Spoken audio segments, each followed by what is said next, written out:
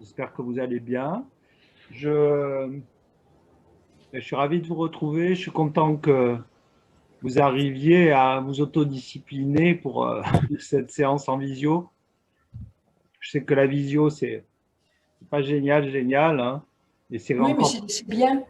c'est encore plus dur de se motiver pour faire de la visio. Enfin, moi, je trouve, hein, plutôt que de faire des cours en réel. Donc, je vous félicite et je vous encourage quand même à continuer parce que c'est, voilà, ça montre votre persévérance et votre assiduité. Moi, j'en suis très heureux et voilà, j'en suis fier. Et nous aussi. Merci. Tant mieux. Alors, j'en profite pour faire un petit crochet vers la philosophie du yoga, hein, de manière simple, un petit peu comme j'ai pris l'habitude de le faire avec vous, qui êtes des pratiquants déjà assez expérimentés. Et puis Émilie, en plus, qui est prof aussi. Donc, aborder ce dont je ne parle pas très souvent, mais dont Patanjali parle dans les Yoga Sutras. C'est l'aspect de la foi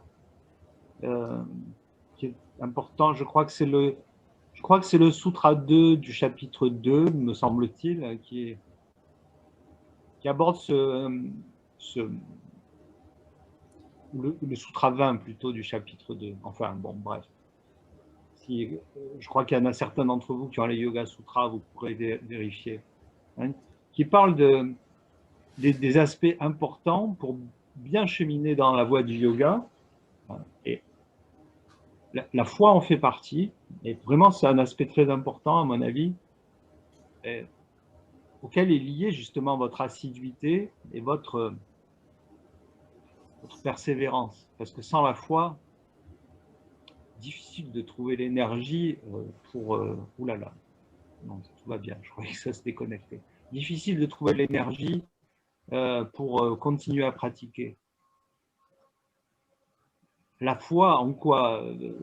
Dans le yoga, il ne s'agit pas de foi en quelque chose, quelqu'un ou un éventuel pouvoir extérieur à nous. Mais la foi dans le fait que, à travers la pratique du yoga, nous avons le pouvoir de se transformer. Ça, c'est vraiment fondamental. D'avoir la foi dans la pratique, hein, et de constater qu'on peut réellement se transformer dans la pratique. Exactement comme un sportif arrive à transformer son corps par une pratique, dans le yoga, évidemment, on transforme un peu son corps, en tout cas au moins on l'entretient, mais aussi on transforme profondément ce qu'on appelle l'ego. On le débarrasse, on le nettoie de toutes ces couches qui ne sont pas source de bien-être. Si on observe bien, chaque fois qu'on a un mal-être, ça vient très souvent de l'ego. C'est l'ego qui est insatisfait. C'est l'ego qui désire, c'est l'ego qui veut plus, c'est l'ego qui juge, qui rejette. Il ne s'agit pas de ne plus avoir d'ego dans le yoga. C'est important d'avoir un ego. On doit en avoir un pour continuer à vivre, hein, et pour faire face aux obstacles de la vie. Hein. C'est intimement lié au désir de vivre et à l'instinct de survie, évidemment. Il ne s'agit pas de ne plus en avoir. Il s'agit d'avoir un ego juste, à sa juste place, avec des valeurs plus conformes à ce que l'on est profondément. Parce qu'on constate bien souvent que nos motivations égotiques, elles ne sont pas forcément en conformité avec nos valeurs profondes, fondées sur les valeurs du soi, sur ce que l'on est profondément. Et ça vient de ce qu'on appelle les samskaras, c'est-à-dire toutes les couches de conditionnement dont on n'est souvent pas conscient, qui conditionnent nos réactions égotiques, justement. Un des propos du yoga, c'est de nettoyer tout ça, de nettoyer l'ego de tout ce qui, finalement, encombre notre bien-être. Voilà. Et donc, voilà, cette foi en la pratique du pouvoir de transformation profond du yoga est vraiment importante. Et certainement que si vous continuez à pratiquer, malgré les conditions difficiles, malgré qu'on ait tous plus 20 ans et que ce n'est pas évident parfois de pratiquer avec les obstacles physiques qu'on peut rencontrer, c'est certainement que vous avez déjà développé la foi en cette pratique, que vous avez déjà certainement constaté son efficacité sur une transformation certes lente et pas forcément facile, mais profonde et durable. Voilà, j'arrête le blabla, on va dire. On va commencer la pratique. Merci. D'accord. Alors, on va commencer avec Kapalabhati, un pranayama bien bon le matin, pratique qui va faciliter l'élimination des toxines, qui va un peu permettre de démarrer la journée avec plus de dynamisme.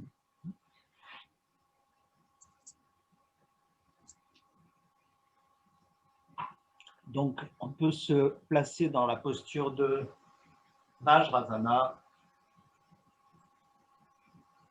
en adaptant évidemment cette posture. Si vous avez des douleurs aux genoux, aux articulations, aux chevilles, hein, vous pouvez notamment, je pense à Maurice pardon, à Christine, qui a des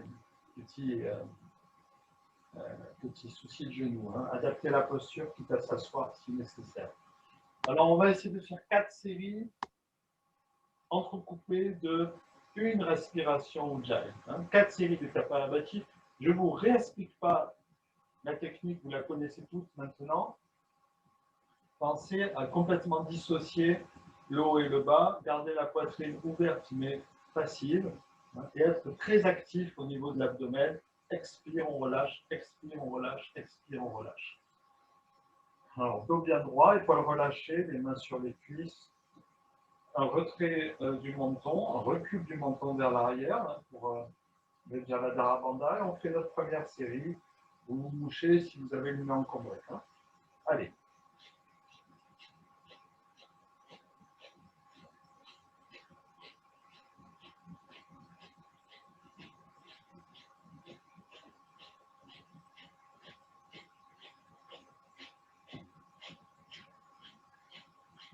Quand ça commence à fatiguer, que vous perdez la synchronisation, une respiration Ujjayi.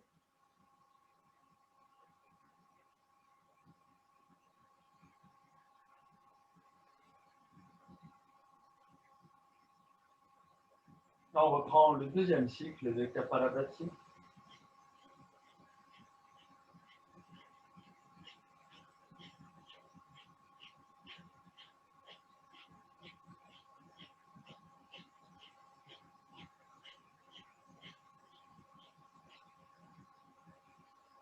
Une respiration Ujjayi à nouveau pour réoxygéner, rééquilibrer, relâcher, récupérer. Peut-être qu'on commence à sentir l'énergie là qui se manifeste dans le bas du corps. Un troisième cycle.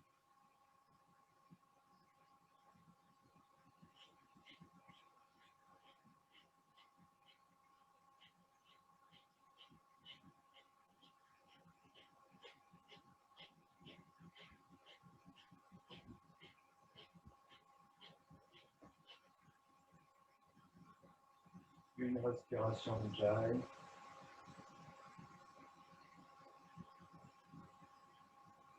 Si on ralentit le mouvement, il faut que l'inspiration soit plus lente que l'expiration. Hein. J'ai bien dit, l'inspiration plus lente que l'expiration.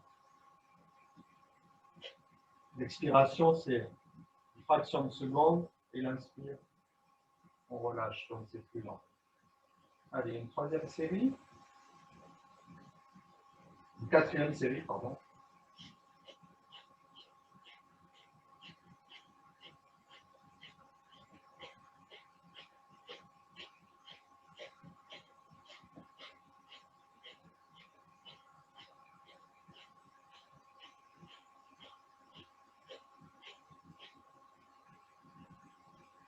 On termine avec 4 respirations Ujjayi, 4 respirations profondes avec Ujjayi.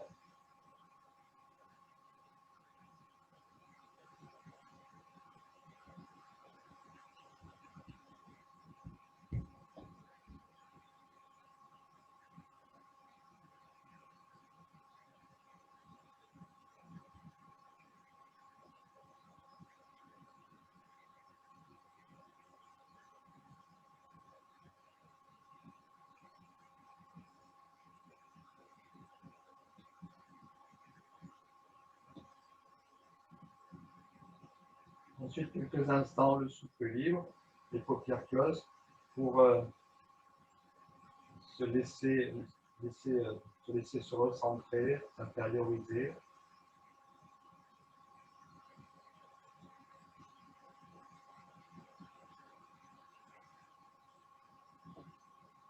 Et puis on peut passer debout.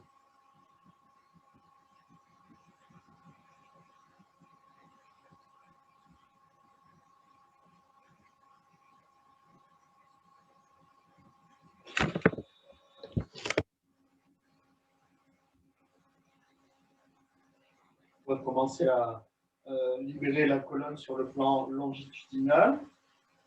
Donc un mouvement de phase. La première phase, main jointe. Alors vous ne voyez pas mes mains, mais paume de main bien jointe au-dessus de la tête, les coudes tendus, les biceps en contact avec les oreilles et le menton relevé pour que le visage soit vers le haut sans casser la nuque.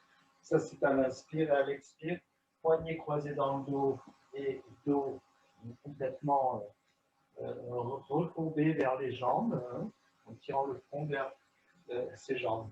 Donc, à chaque fois, on inversera les poignets. Un coup de poignet comme ça, un coup dans l'autre sens. Un coup de gauche sur le droit, un coup de droit sur le gauche. Ça, c'est important. 4 mouvements comme ça. Un pied parallèle, bord externe des pieds parallèles. Inspire.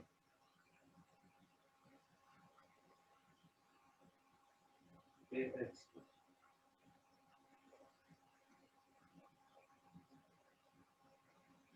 Encore 3 fois votre rythme.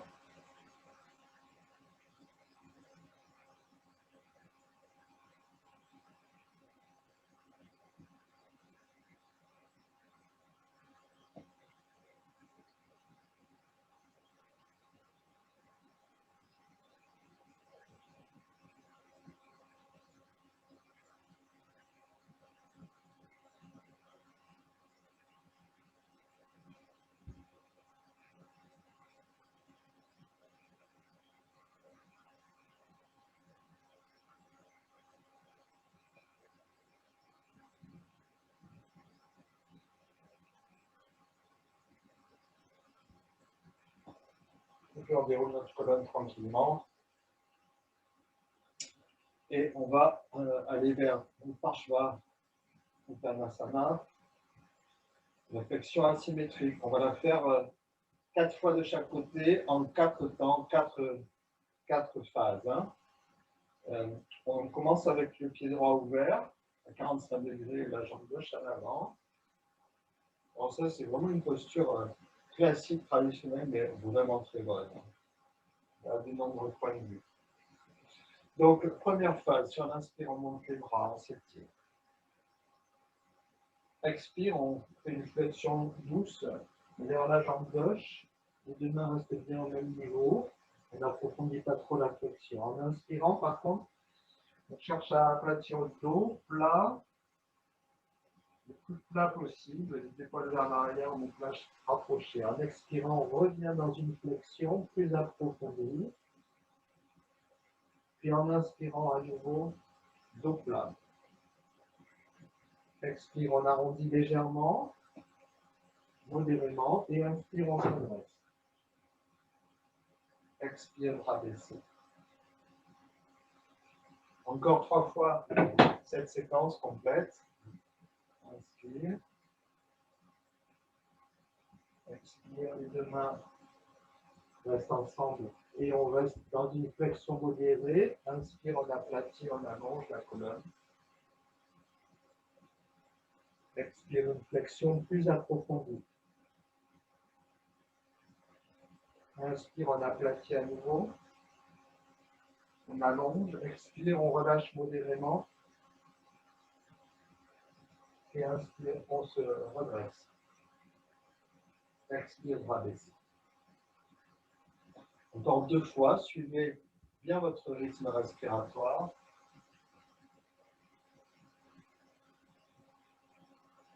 Soyez bien présent à chaque phase.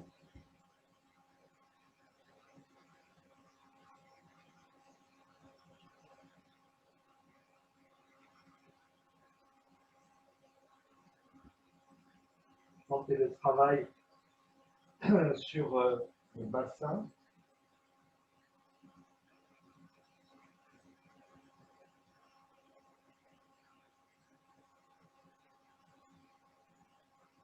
Vous pouvez vous amuser à chaque séquence de vous placer mentalement dans une partie du corps différente, chaque fois pour vivre la séquence différemment.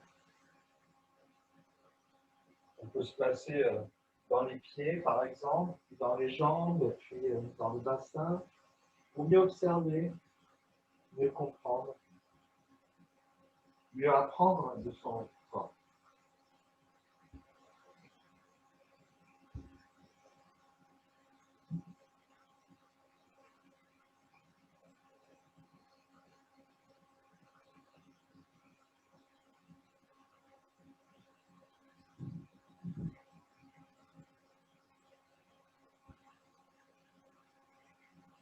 Quand on a terminé la 4e séquence, on peut rapprocher les pieds et le souffle libre, s'accorder quelques moments d'observation.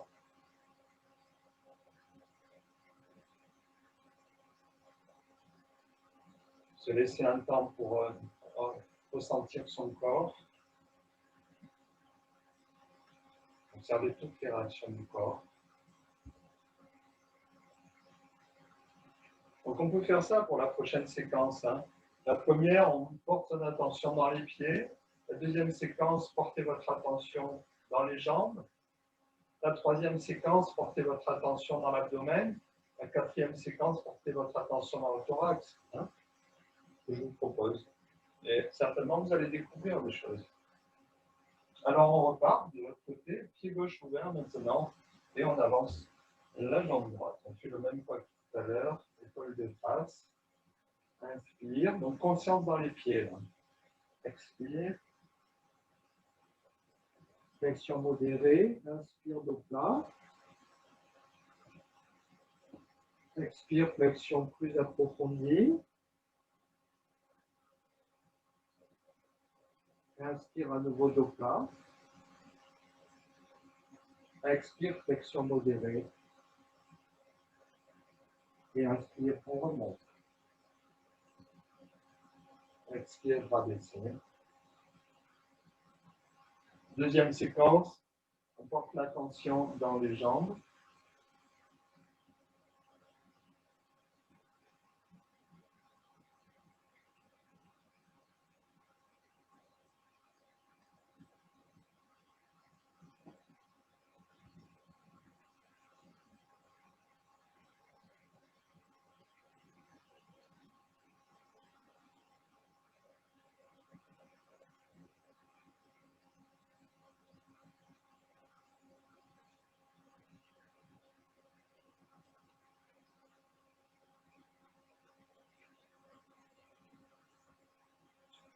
Troisième séquence, j'avais dit l'abdomen, peut-être plutôt le bassin.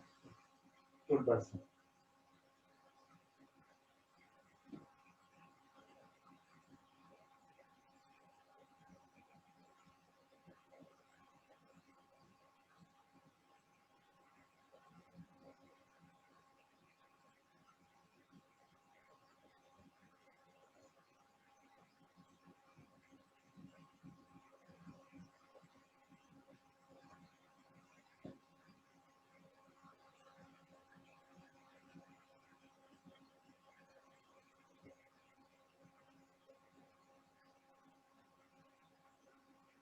La quatrième, vous voulez, hein. Moi, je vous propose l'abdomen ou le thorax, pourquoi pas la colonne vertébrale.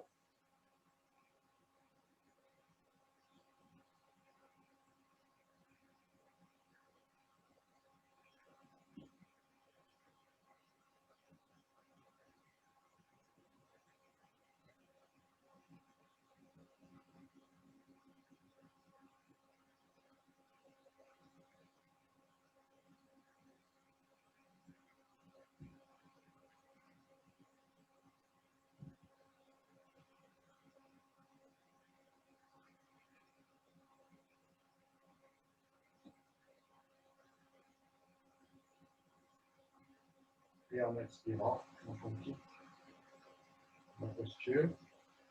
Et à nouveau, on peut rapprocher les pieds et s'accorder un moment de disponibilité au ressenti corporel.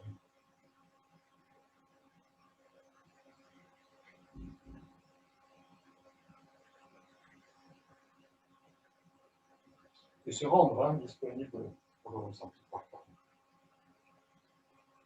On va travailler les psoas maintenant. Le psoas, c'est l'équilibre en même temps. On va partir les pieds joints, pieds ensemble. Et sur l'inspire, on monte nos bras, on s'étire.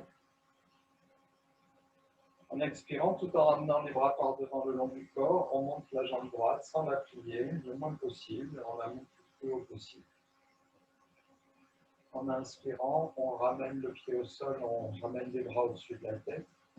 On s'étire. En expirant, même chose avec la jambe gauche.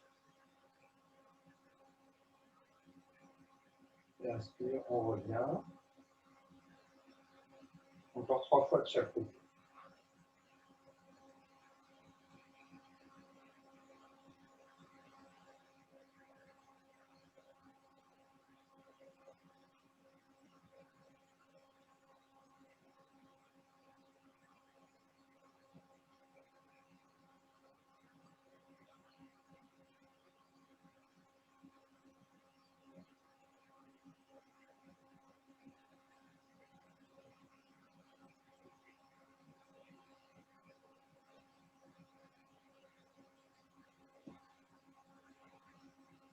On essaie de bien synchroniser les bras et les jambes avec le souffle.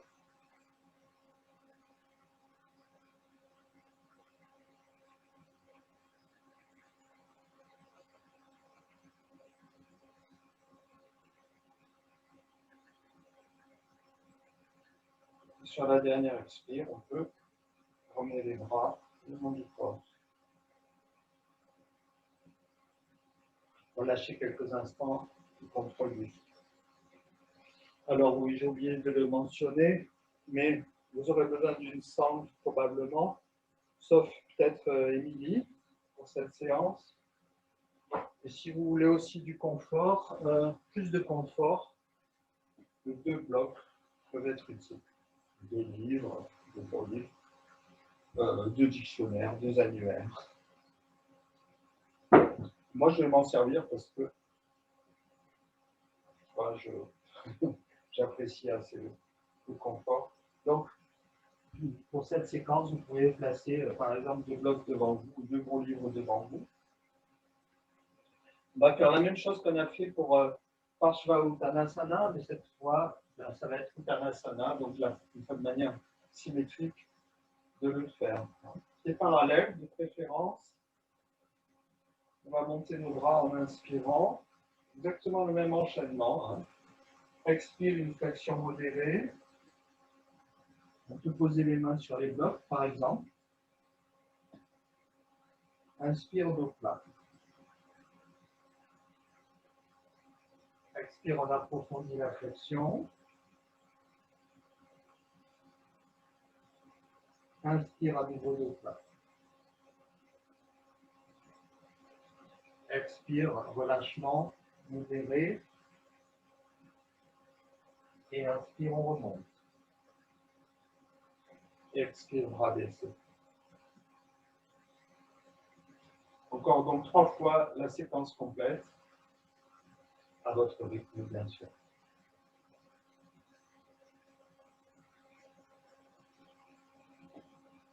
Flexion modérée d'abord.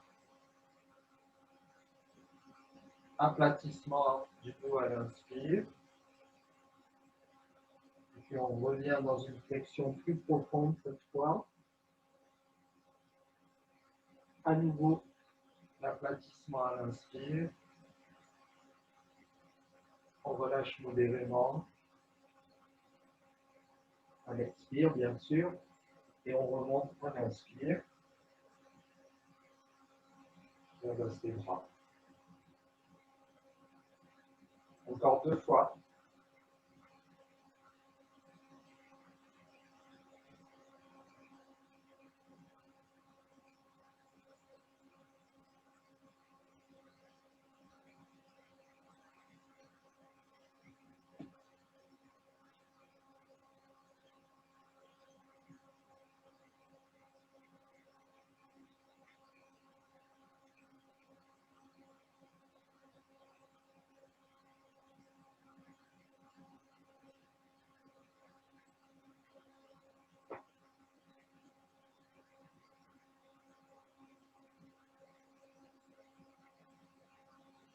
Je vous laisse faire la dernière séquence. Je viens un petit peu Vous observez.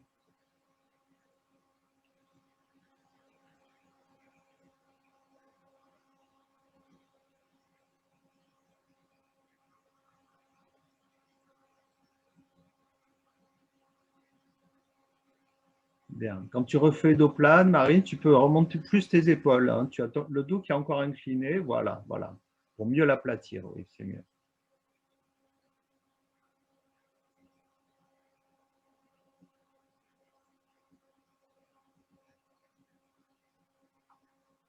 Bien, parfait. À nouveau, un temps d'observation. souffle libre, paupières closes.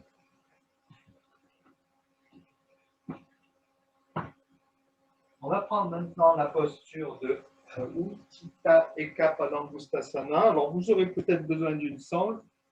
Émilie, je ne sais pas, peut-être oui. Donc, c'est une posture où il y a un étirement de jambes et une notion d'équilibre également. Donc, on va partir les pieds joints. La sangle d'abord dans la main droite. Et sur l'expire, on va soit passer notre pied droit autour de cette sangle, soit attraper directement le gros orteil du pied droit avec la main droite également. Donc sur une expire, on plie la jambe et on place notre pied, où on attrape le pied. Et sur l'inspire, on étire la jambe devant soi, bien tendu, et on place la main gauche en appui sur la hanche gauche. Et on compte 6 à 8 longues respirations. On reste bien de face, hein, même si je me suis mis en diagonale par rapport à la caméra. On cherche à redresser notre colonne quand on inspire. On garde les épaules basses, on garde le haut du dos bien droit, la tête bien droite.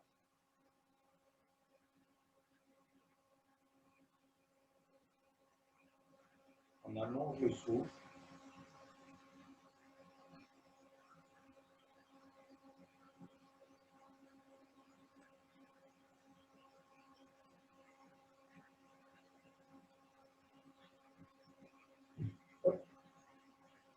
Ça y est, j'ai perdu l'équilibre.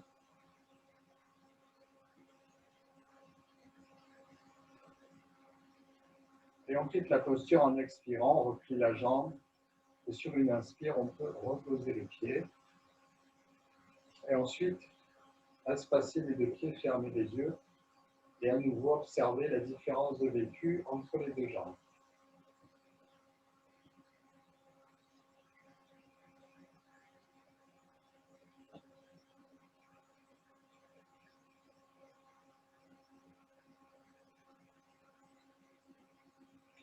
Alors, toutes ces postures, hein, elles sont évidemment bonnes pour l'équilibre physique, mais aussi mental.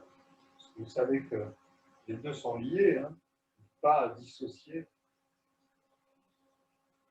sur le plan physique, c'est une bonne posture pour tout ce qui concerne l'articulation. Ça y est, j'ai perdu le nom. Coxo-fémorale, voilà. Hein, l'irrigation de cette articulation, évidemment, le gainage des jambes, les muscles profonds des jambes. Et bien d'autres choses encore. On va faire la posture de l'autre côté. Cette fois-ci, en équilibre sur le pied droit. En expirant, on plie notre jambe. Et en inspirant, on l'étire. Donc bien devant soi, pas sur le côté pour cette posture. On place la main droite sur la hanche droite. On se redresse. Et on compte 6 à 8 respirations profondes.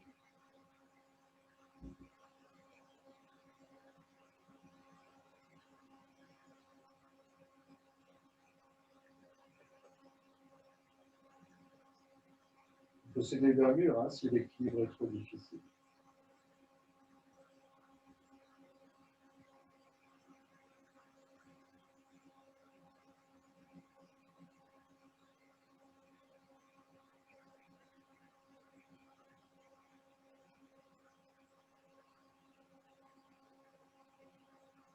On plie la jambe sur une expire. Et en inspirant, on peut reposer le pied. Si vous voulez garder la posture plus longtemps, vous pouvez bien sûr. Et à nouveau, on peut observer une sensation de puissance dans la jambe qui a supporté le poids du corps. Et en même temps,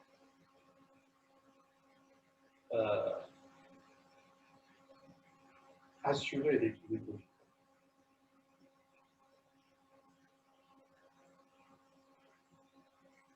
On va aller vers un petit mouvement de compensation maintenant.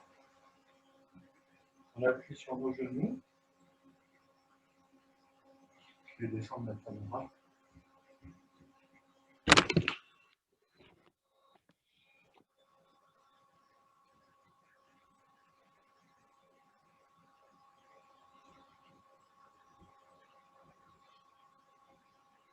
Donc Christine, il faudra modérer la flexion des genoux, bien sûr.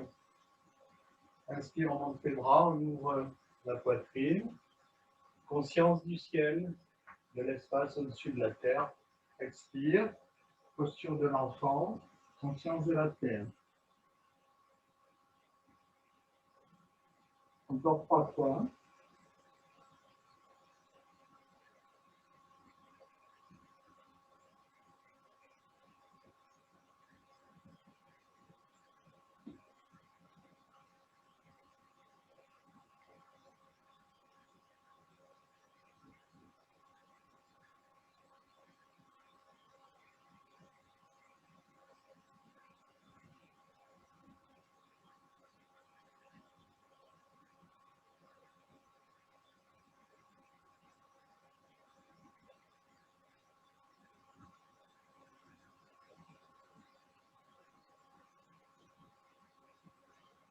Ensuite, vous pouvez passer sur le dos, à Padasana, quelques instants.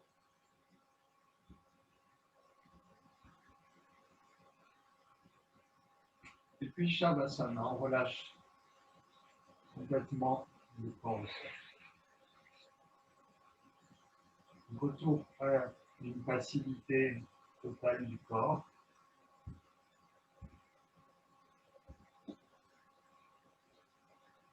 Une liberté complète du souffle et notre ego en veilleuse, c'est-à-dire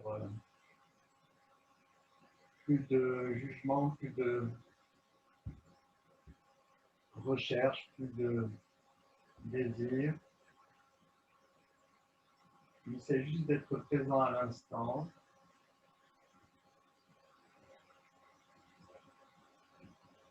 Pleinement présent à tout ce qui est là, sans désirer que ce soit différent ou autre.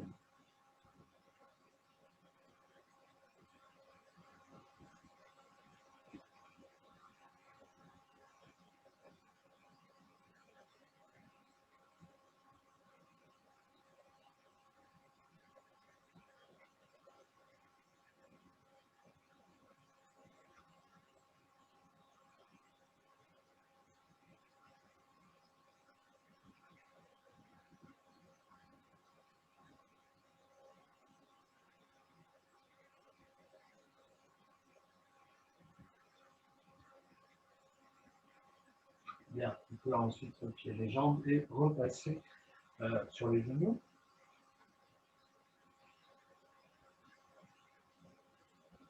Alors, c'est ça qui est quand même l'aspect positif de cette période. C'est qu'elle nous oblige à rester dans l'instant, parce que si on essaie de se projeter vers le futur, eh ben, c'est le grand vide, on ne sait pas.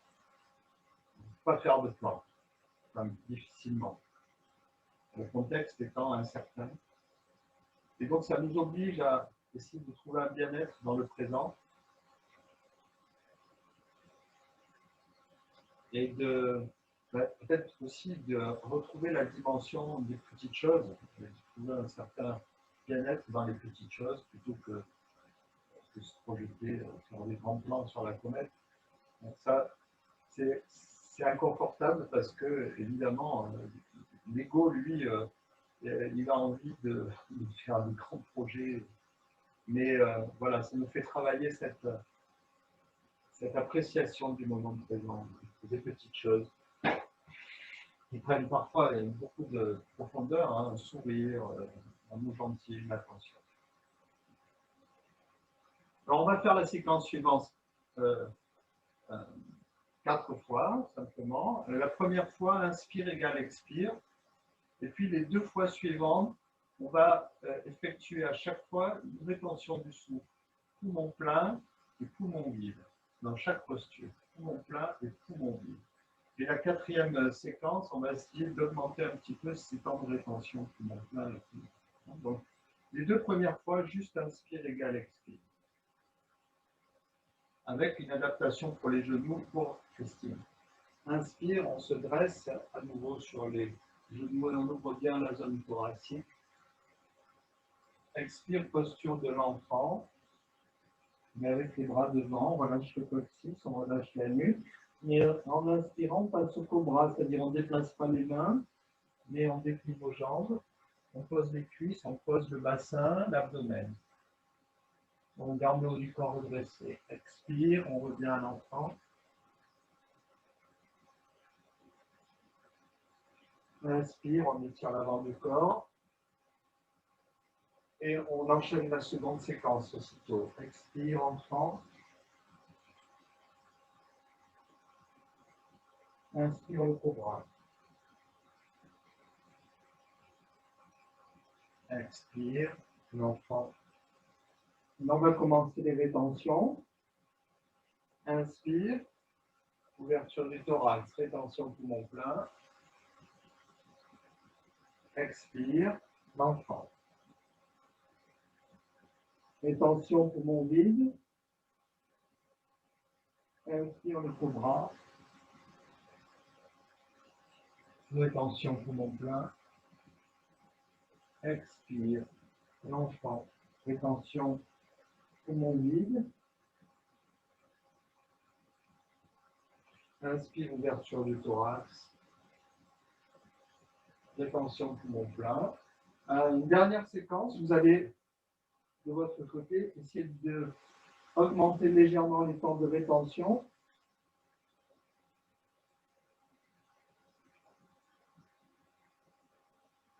Immobile dans les postures.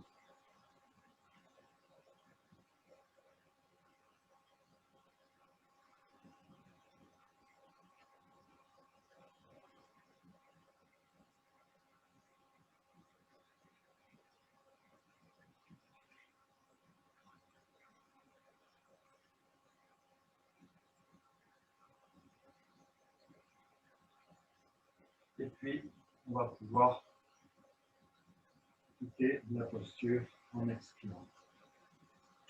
On va passer à plat ventre maintenant pour aller vers une variante du cobra en dynamique. Là, cette fois-ci, on ne va pas rester dans la posture et juste essayer de garder inspire égale expire. Pas de rétention donc pour cette phase. Vous placez donc à plat ventre. Et vous placez sur la joue gauche avec les bras le long du corps. Vous gardez bien les pieds en contact. On va commencer à monter le bras droit, décoller le haut du corps, placer le visage de face en inspirant. Et en expirant, on ramène le bras droit, on se pose sur la joue droite. Et sur l'inspire suivant, avec le bras gauche, le cobra. Et en expirant, on se place sur la joue gauche. Donc encore 3 fois de chaque côté. En alternant, bien sûr. Lorsqu'on ramène le bras droit, on se pose sur la joue droite. Inspire. Lorsqu'on ramène le bras gauche, on se pose sur la joue gauche. Encore 2 fois de chaque côté. Vous observez. 2 fois de chaque côté.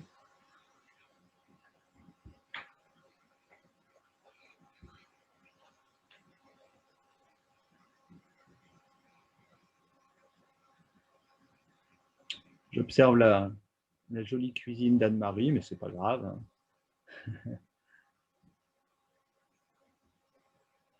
La caméra et la caméra de Maurice est aussi en hauteur, mais c'est pas grave. Les bras le long du corps, Christine, quand tu reviens, si possible, pas les coudes pliés. Les bras vraiment le long du corps. Hein. Voilà, comme ça. Il faut bien détendre les épaules à chaque retour. Voilà, ne cassez pas la nuque. Hein. Ça sert à rien. Vous allez jusqu'à votre dernier mouvement. Donc, normalement, en vous posant à nouveau sur la joue gauche. Et ensuite, vous pouvez passer sur le dos et replier vos jambes.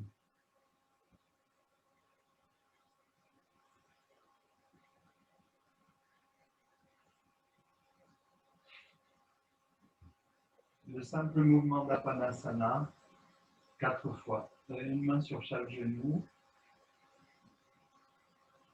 À l'expire, on ramène les cuisses sur l'abdomen et on allonge la colonne. On intensifie le recul du menton dans la gorge. On rajoute aussi les cervicales en inspirant simplement l'éloigne des cuisses. Encore 3 fois. Donc plaquez la colonne toute sa longueur lorsque vous expirez. Lombaire et cervical surtout, évidemment. Encore 2 fois.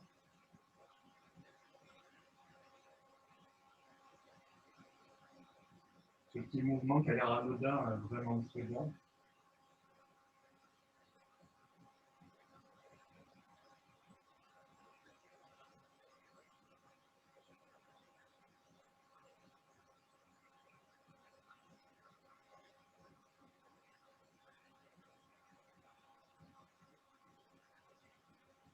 Et ensuite, vous pouvez allonger vos bras et vos jambes et retrouver Savasana, posture du cadavre.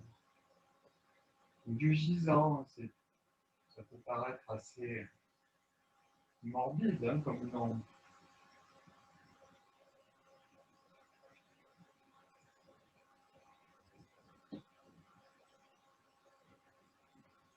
Mais ce qu'elle signifie avant tout, c'est que c'est une posture où l'ego n'est plus actif.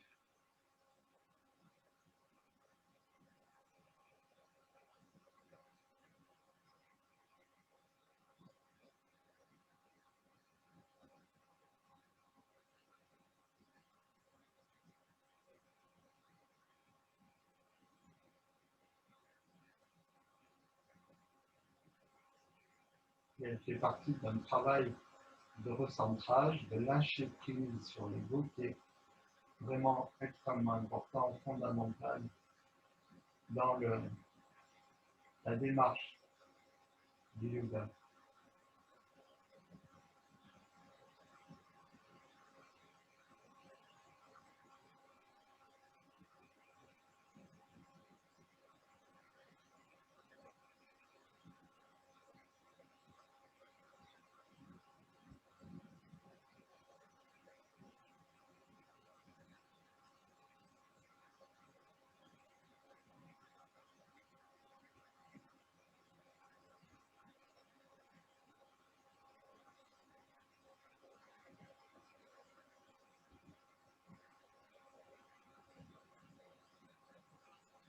bien. Si vous le voulez bien, vous pourrez ensuite vous asseoir et puis vous pouvez vous installer confortablement pour un petit exercice à la fois respiratoire et de récitation de mantras en position assise. Mais si vous préférez le faire allongé, vous le faites allongé.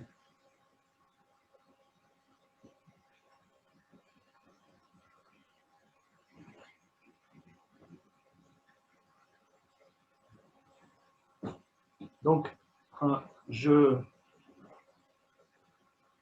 reviens sur cette notion d'ego dont on parle beaucoup et dont je parle. Évidemment, ce n'est pas pour faire culpabiliser. On a tous un ego, moi y compris, bien sûr. Et encore une fois, il ne s'agit pas de ne plus en avoir. Il s'agit, comme beaucoup de textes en parlent, hein, quand vous lisez les textes sur le bouddhisme, hein, le Bouddha, il a fait beaucoup d'allégories par rapport à ça, hein, notamment, je ne me souviens plus des termes exacts, mais en substance, ça disait, il y a beaucoup de traditions qui le disent d'ailleurs, tu es enfermé dans la prison que tu t'es construite toi-même. C'est quoi cette prison? Eh bien, c'est l'ego.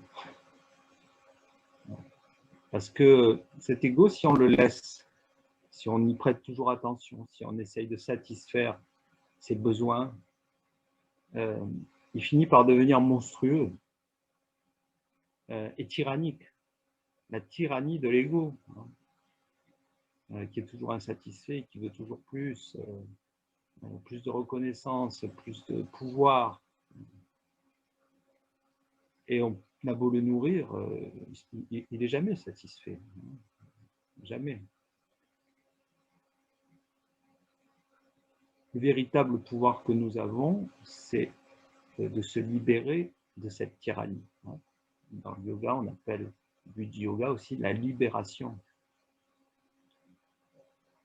Donc, c'est d'avoir un ego, bien sûr, mais un ego qui ne soit, de ne plus en être esclave. Voilà.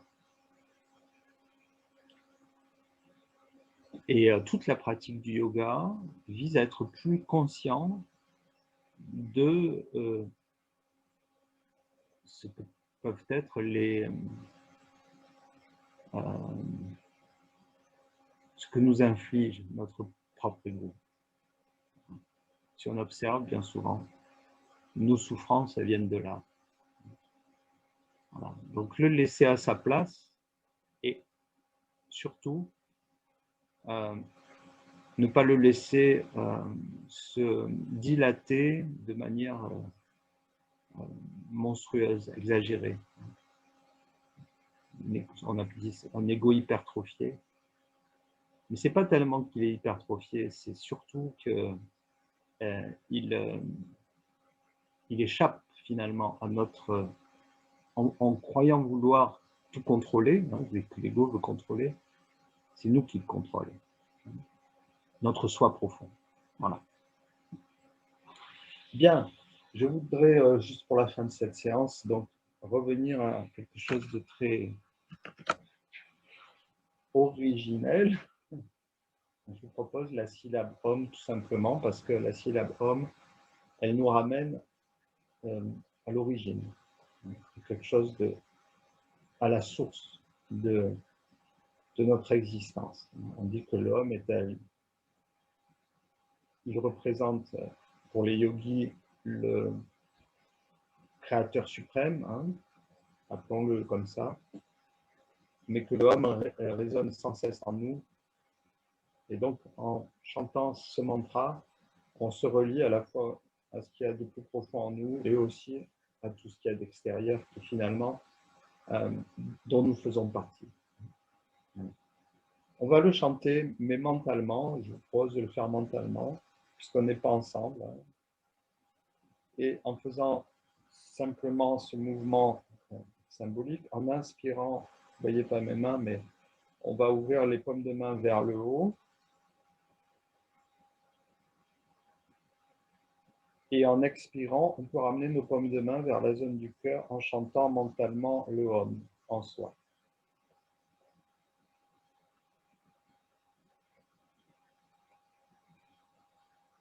On va le faire encore 5 fois avec Ujjayi, chacun à son rythme.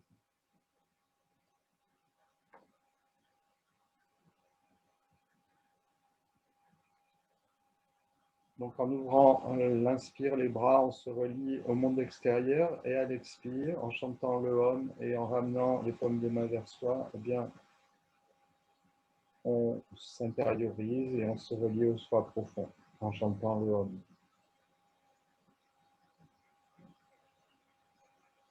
Encore 4 fois à votre rythme.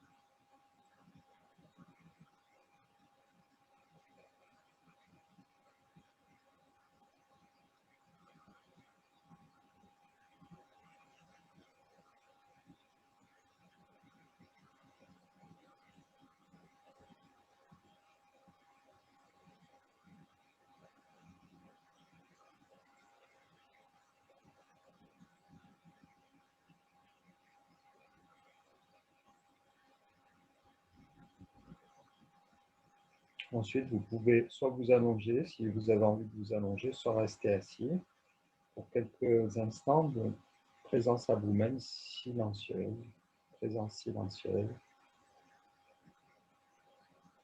dans un état de quiétude, de tranquillité, contact de vous-même.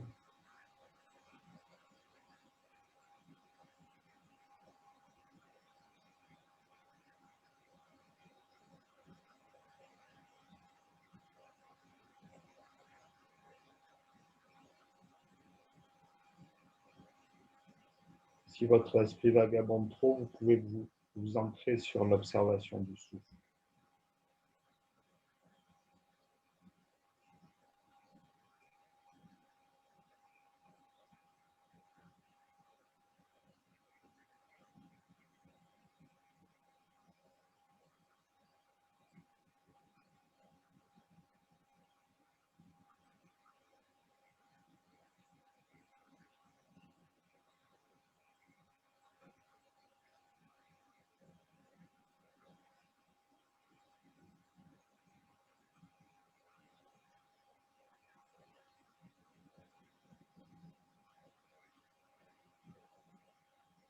Dès que vous vous sentez suffisamment centré, suffisamment stable, vous pouvez ouvrir votre attention à d'autres perceptions, ouvrir le champ d'attention. Mais dès que votre mental commence à vagabonder, vos pensées deviennent trop présentes, hop, vous revenez sur le souffle pour vous ancrer. Donc vous pouvez faire cet aller-retour là, tranquillement.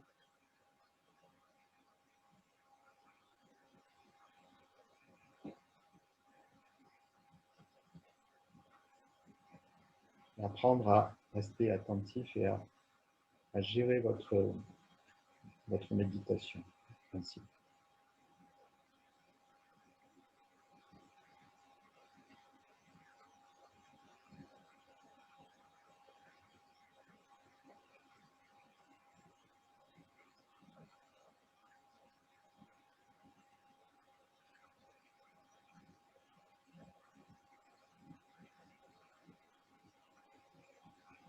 Je vous engage à être attentif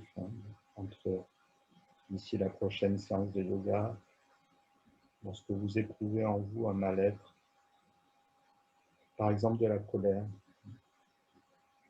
Vous sentez naître la colère en vous, parce qu'il y a une insatisfaction.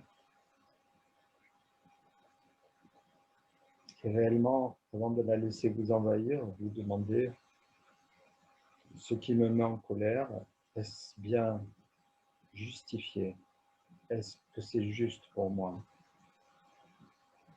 Est-ce que réellement, cette colère, elle naît d'un bafouement de mes valeurs profondes, ou est-ce que c'est mon ego qui finalement est insatisfait et veut obtenir quelque chose qui ne correspond pas à mes valeurs profondes? Posez-vous la question honnêtement. Observez.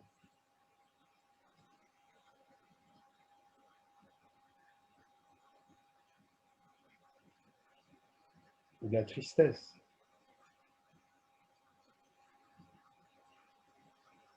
Je ne dis pas que la colère ou la tristesse ne sont pas légitimes.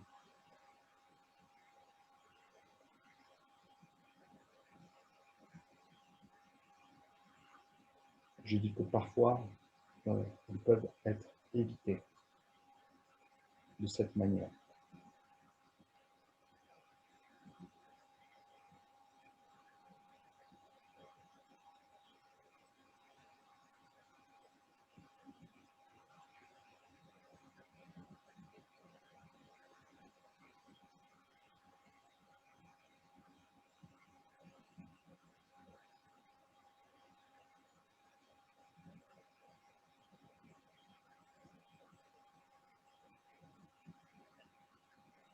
Là, vous pourrez ensuite, tranquillement,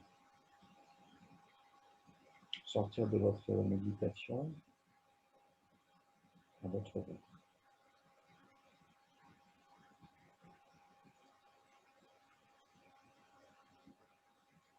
Et ce sera à la fin de cette séance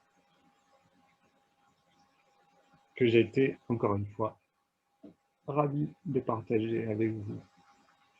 Je vous souhaite une très bonne journée et j'espère vous retrouver très vite.